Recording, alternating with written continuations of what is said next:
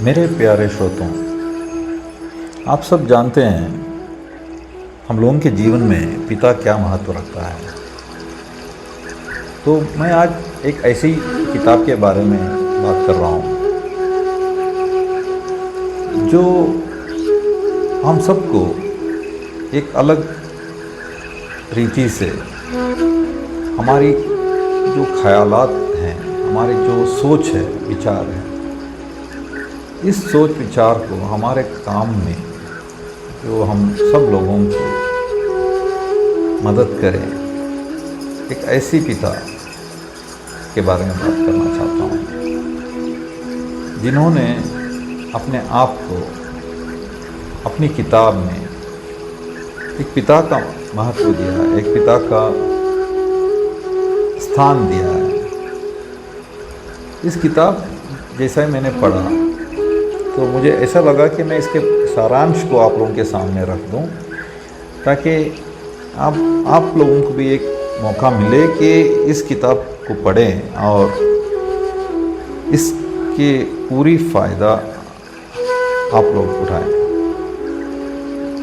इस किताब अंग्रेज़ी में लिखी हुई है और इसकी अंग्रेज़ी नाम है फादर ऑफ योर टीम, और इसके लेखक हैं श्री वेंकट कुमरेसन। इन्होंने इस किताब में अपनी ज़िंदगी की हर कदम जिसको इन्होंने अपने आप में, आपके काम में, आपके व्यवस्था में इसको समझे और इसकी महत्व को अपने कारनामों में बताए। और आखिर में इनके अंदर एक ऐसी सोच आई कि इसको क्यों ना किताब में लिख दें, ताकि आगे आने वाली हर इंसान जो एक अपने आप में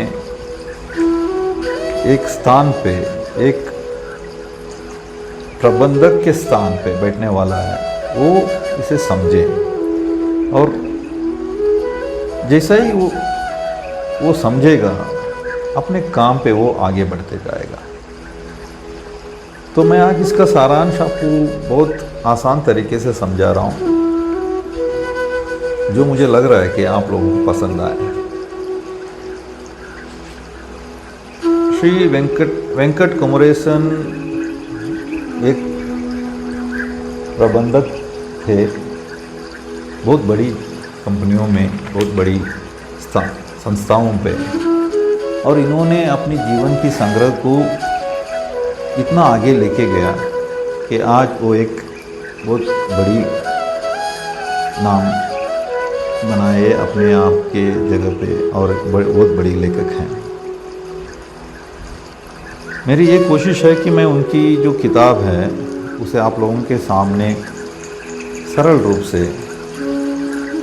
आप लोगों को थोड़ा समझाऊं। तो इस किताब में इन्होंने इसे 8 विभाग में इस किताब को लिखा है।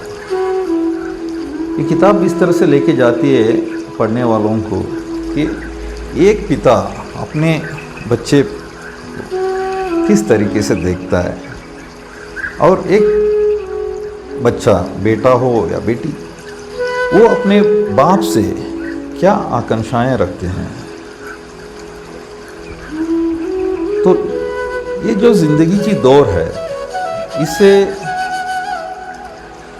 अपने काम पे, अपने साथियों के साथ, आपके साथ काम करने वाले कार्यकर्ताओं के साथ इसको अगर आगे लेके जाएं, तो क्या ज़िंदगी में एक संस्था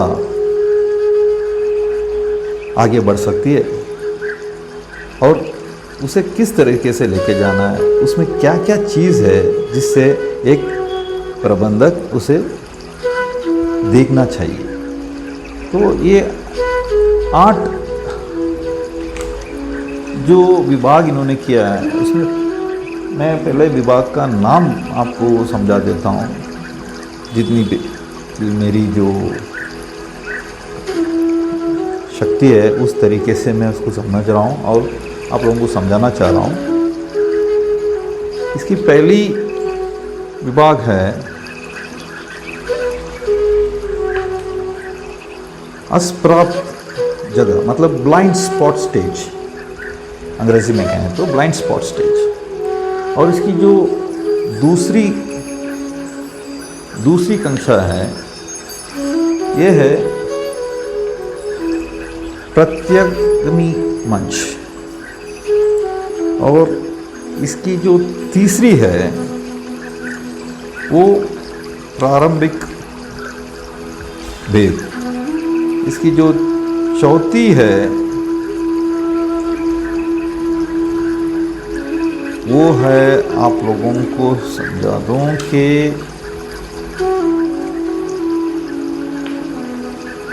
पात्रकता अवस्था।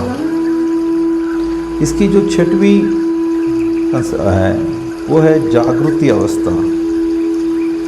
और सातवीं जो है भेदभाव अवस्था। और आठवीं है मांग अवस्था। और नौवीं है बाहर निकलने की अवस्था। ये हर कंश में इन्होंने ये बताया कि अगर आप इसे ध्यान से देखें या सुने, इसको पढ़ने के समय पर इन्होंने इस किताब को इस तरीके से लिया है कि एक बेटा जो है या एक बच्चा जो है अपने बाप को किस तरीके से देखता है,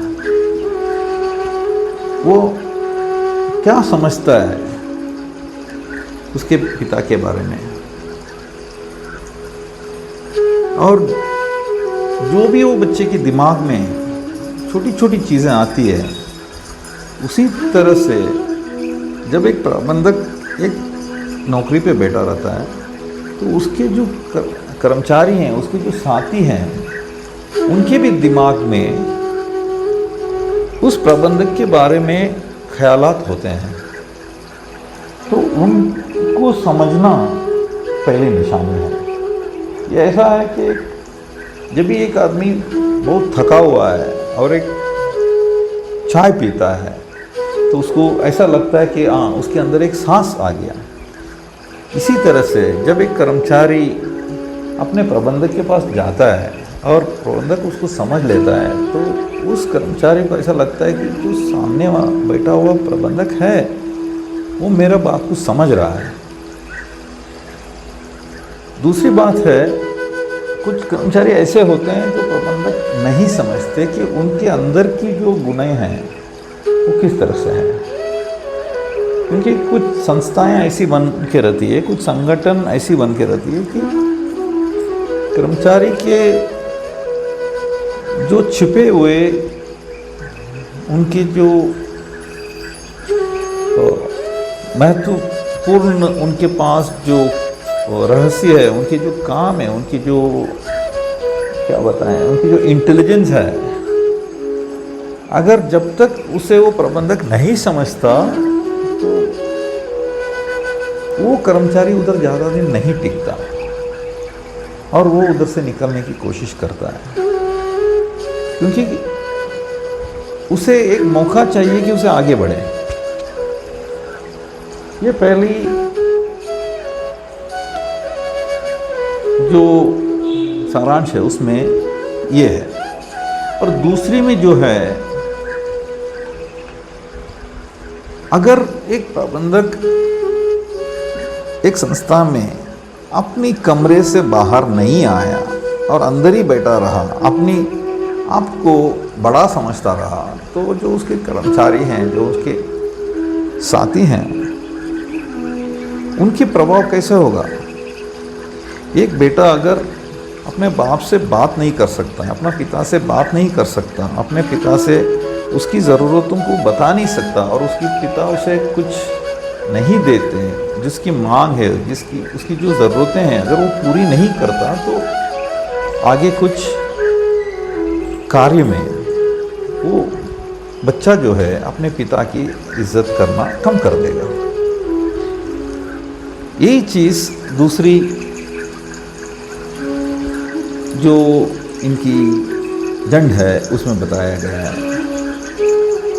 जैसा ही ये प्रारंभिक समझता है कि उसके बच्चे की ज़रूरत क्या है, जैसा एक बाप समझता है कि उसकी बेटे की ज़रूरत क्या है और उसे किस तरीके से पूरा किया जाए, अगर प्रबंधक उसकी उसी तरह से अपने कर्मचारियों के साथ वार्तालाप करे और कुछ ऐसे काम करे कि कार्यकर्ता समझ जाएं, कर्मचारी समझ जाएं कि हाँ ये प्रबंधक जो है मेरे बात सुनने वाला है, तो हम भी उसके काम करें।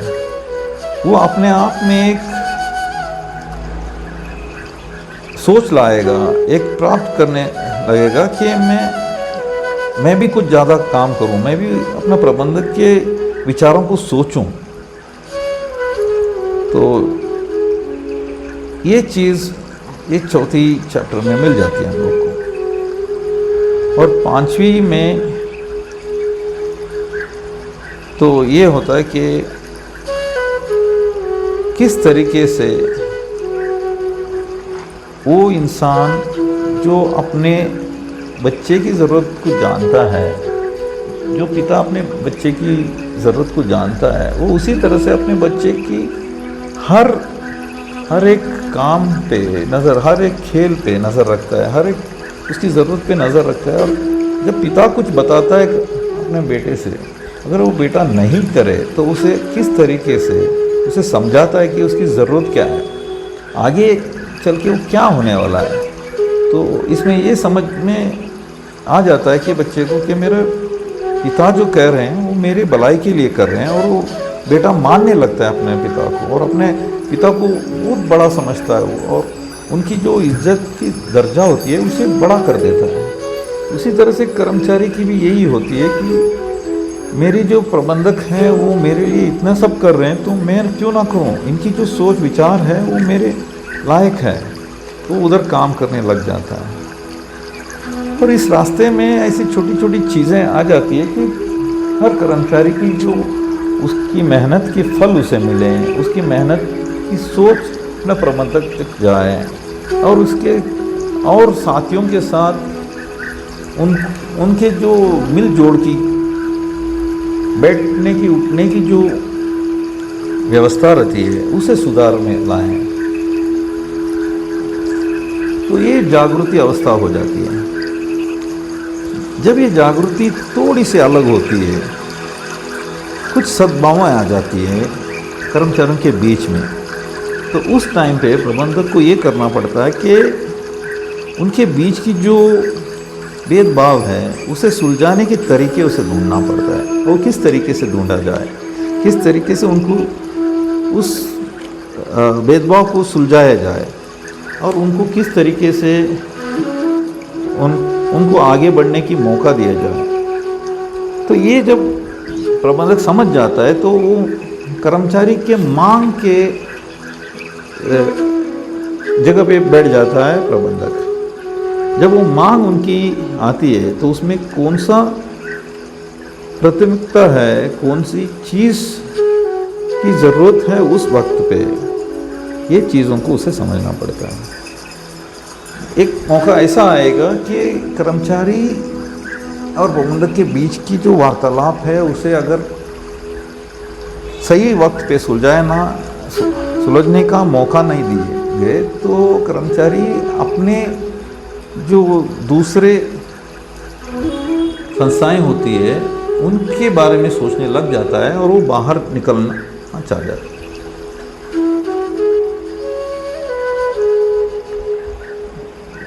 तो कभी कभी ऐसा हो जाता है कि प्रबंधक को ये सब चीज़ सोचते सोचते और आगे हर चीज़ में बढ़ाए जाने के, हर चीज़ में आगे बढ़ने की अगर मौका दिया जाए तो कर्मचारी जो है तो प्रतिज्ञा लेते हैं कि मैं भी अपने संस्था के लिए कुछ करूं और प्रबंधक का काम आसान हो जाता है। मेरे श्रोताओं, मैंने जो समझाया आप लोगों को, मेरी जो समझ थी इस किताब से, ये मैंने आप लोगों के सामने रखा है। और मेरी ये विनती है कि इस किताब अगर हिंदी में आ गए तो बहुत सारे ऐसे लोगों को फ़ायदा होगा जो प्रबंधक छोटे मोटे अपने संस्थाओं चलाते हैं, खुद चलाते हैं या दूसरे संस्थाओं में काम करते हैं। इन सब के लिए ये बहुत फ़ायदेमंद होगा। मैं फिर और एक बार इस किताब की जो अंग्रेज़ी नाम है मैं आप लोगों के सामने रखना चाहता हूँ और आप लोगों को ये भेंट कर रहा हूँ। सुनने के लिए धन्यवाद। मेरा नाम देव। मैं अपने विचारों के साथ एक छोटी सी कंपनी चलाता हूँ और ऐसे किताबों को आपके सामने लाने की कोशिश करता हूँ। और इस किताब का नाम अंग्रेज़ी में है father of your team, a soulful guide to modern day managers by author Venkat Kumaresan. धन्यवाद।